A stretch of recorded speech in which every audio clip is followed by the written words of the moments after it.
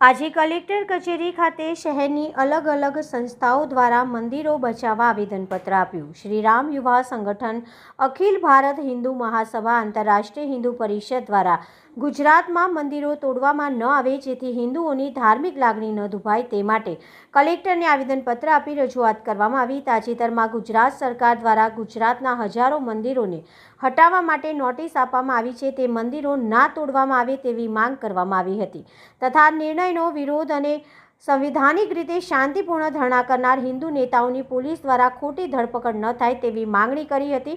સરકારના નિર્ણયથી ગુજરાત તથા દેશના સમગ્ર હિન્દુ સમાજમાં રોષ અને દુઃખની લાગણી પ્રવર્તી રહી છે। આ નિર્ણયથી સાધુ સંતો, મહંતો અને પૂજારીઓ પણ દુઃખી થઈ ગયા છે અને હિન્દુ સમાજ આ નિર્ણયને ઔરંગઝેબી ફરમાન સાથે સરખાવી રહ્યા છે। આ નિર્ણય મુગલ કાળના સમય સાથે સરખાવી સરકારને વિનંતી છે કે ઉપરોક્ત નિર્ણય તાત્કાલિક પરત ખેંચવામાં આવે। વર્તમાન મંદિર તોડવાનો વિરોધ કરનાર આંતરરાષ્ટ્રીય હિન્દુ પરિષદના રાષ્ટ્રીય મંત્રી અને ગુજરાત પ્રદેશના અધ્યક્ષ રણછોડભાઈ ભરવાડ, ઉત્તર ગુજરાત પ્રાંતના કાર્યકારી અધ્યક્ષ બચુભાઈ લાડવા અને ઉત્તર ગુજરાતના પ્રાંતના મંત્રી રાજુભાઈ પટેલ અમદાવાદી સિટી ક્રાઇમ બ્રાન્ચ દ્વારા તબક્કાવાર તારીખ 29/7/2024 અને તારીખ 30/7/2024ના રોજ ધરપકડ કરવામાં આવી હતી। તેઓની તાત્કાલિક છોડવામાં આવે તેવી માંગ કરી હતી। હિન્દુઓને પોતાના મંદિરની રક્ષા માટે શાંતિપૂર્ણ અને સંવૈધાનિક પદ્ધતિનો વિરોધ કરવો શું ગુજરાતમાં ગુનો છે? અને જો ગુનો નથી તો હિન્દુઓ નેતાઓને પ્રતાડિત કરીને તેમની ધરપકડ શું કામ? આ ધરપકડ કરવામાં આવતા મંદિરોના સંતો, મહંતો, પૂજારીઓ અને હિન્દુ ધર્મ પ્રેમીઓમાં રોષ અને દુઃખની લાગણી અનુભવાઈ રહી છે। આંતરરાષ્ટ્રીય હિન્દુ પરિષદ તથા અન્ય વિવિધ હિન્દુ સંગઠનો સખત વિરોધ કરે છે અને હિન્દુ યોદ્ધાઓ પર કરેલા કેસ પરત ખેંચવામાં આવે અને ગુજરાત સરકાર દ્વારા મંદિર હટાવવાના નિર્ણયને પરત ખેંચવામાં આવે તેવી હિન્દુ ધર્મ પ્રેમીની લાગણી અને માંગણી છે। ગુજરાતની અંદર જે ગુજરાત સરકાર દ્વારા પૂરા ગુજરાતની અંદર મંદિરો હટાવવા માટેની નોટિસ પાઠવી, જેના વિરોધમાં આંતરરાષ્ટ્રીય હિન્દુ પરિષદે વિરોધ કર્યો અને શાંતિપૂર્ણ રીતે વિરોધ કર્યો છે, સંવૈધાનિક રીતે વિરોધ કર્યો છે, પણ એ સરકારને પસંદ નહીં આવી હોય એટલે 2 દિવસ પહેલાં અમદાવાદ ક્રાઇમ બ્રાન્ચ દ્વારા આંતરરાષ્ટ્રીય હિન્દુ પરિષદના રાષ્ટ્રીય મંત્રી અને ગુજરાતના અધ્યક્ષ એવા શ્રી રણછોડભાઈ ભરવાડ, ઉત્તર ગુજરાત પ્રાંતના કાર્યકારી અધ્યક્ષ બચુભાઈ લાડવા અને ઉત્તર ગુજરાત પ્રાંતના મંત્રી રાજુભાઈ પટેલની અમદાવાદ ક્રાઇમ બ્રાન્ચ દ્વારા ધરપકડ કરી અને એમને કોર્ટમાં રજૂ કરીને રિમાન્ડની માંગણી કરી અને કોર્ટે પણ એમને રિમાન્ડ મંજૂર કર્યા છે।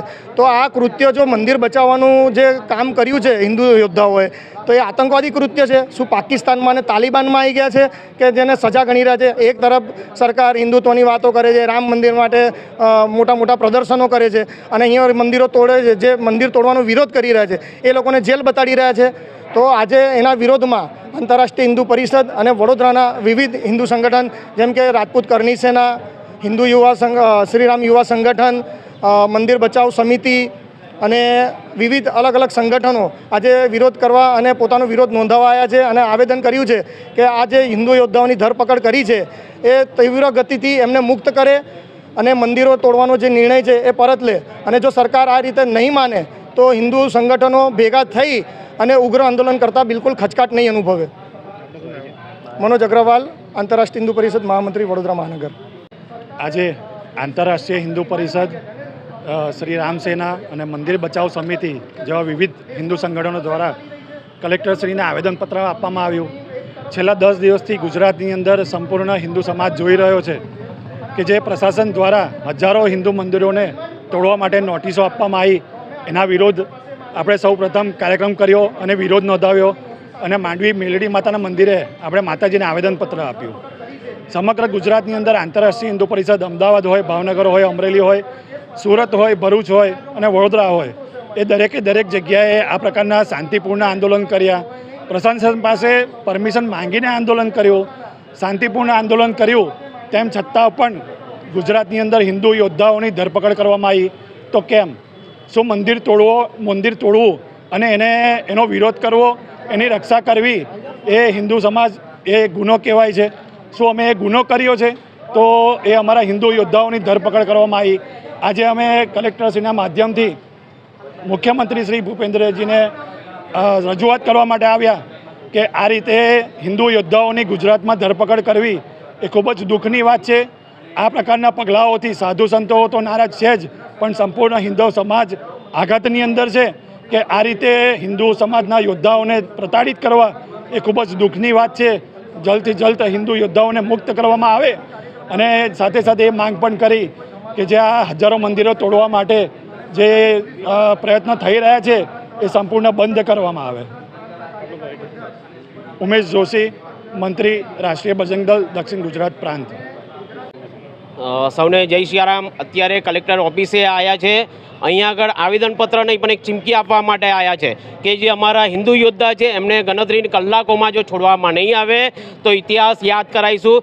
જ્યારે બહારથી મોગલો મંદિરો તોડવા માટે આવ્યા છે તો હિન્દુ યોદ્ધાઓએ ડોકા કાપ્યા છે અને કપાયા છે. જો એ વારો ના આવે એટલા માટે પ્રેમથી શાંતિથી અહીંયા આગળ રજૂઆત કરી છે, સમજાવવા આવ્યા છે કે આ અમારા હિન્દુ યોદ્ધાને છોડો. અને મંદિર તોડવાની જો વાત કરતા હોય તો કોઈના બાપની તાકાત નથી. મંદિર તોડવાની તો દૂરની વસ્તુ છે, મંદિરને ટચ બી કરે અને જો કદાચ આ ભૂલે ચૂકે એમને ભૂલ કરી તો એમને બહુ જ પરિણામ મોટું ભોગવવામાં આવશે. તે ઘડીએ દરેક હિન્દુઓને જો કદાચ મારવાનું થશે તો મારવા માટે તૈયાર છે અને મરવાનું થશે તો મરવા માટે તૈયાર છે. જય શ્રી રામ. રવિરાજસિંહ, એક હિન્દુ યોદ્ધા.